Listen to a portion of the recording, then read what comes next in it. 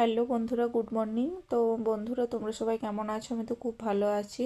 তো দেখো, এখানে সকাল সকাল রান্না বসিয়ে দিয়েছি আর এখানে সব কিছু রেডি করে নিয়েছি।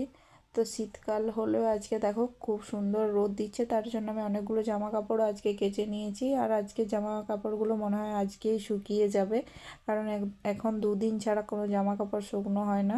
তো দেখো, এখানে আমার রান্নাও হয়ে গেছে, তারপর মেয়েকে স্নান করিয়ে নিলাম। তো এখন ওকে একটু রেডি করে দিচ্ছি। তো প্যান্ট আর গেঞ্জিটা পরিয়েছিলাম, এই স্কার্টটাকে নিয়ে এলো কোন দিক থেকে খুঁজে।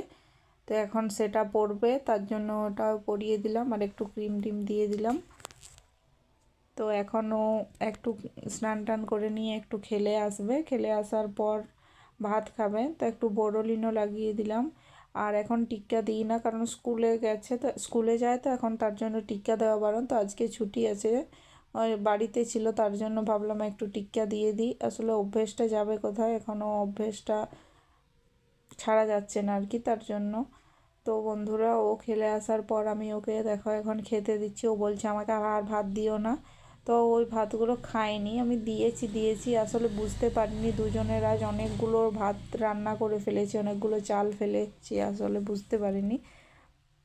তো দেখো, এখন যা মন্ত্র শিখেছে সব বলছে চড়চড় করে। তো আমি ওকে এখন এখানে খাইয়ে দিচ্ছি।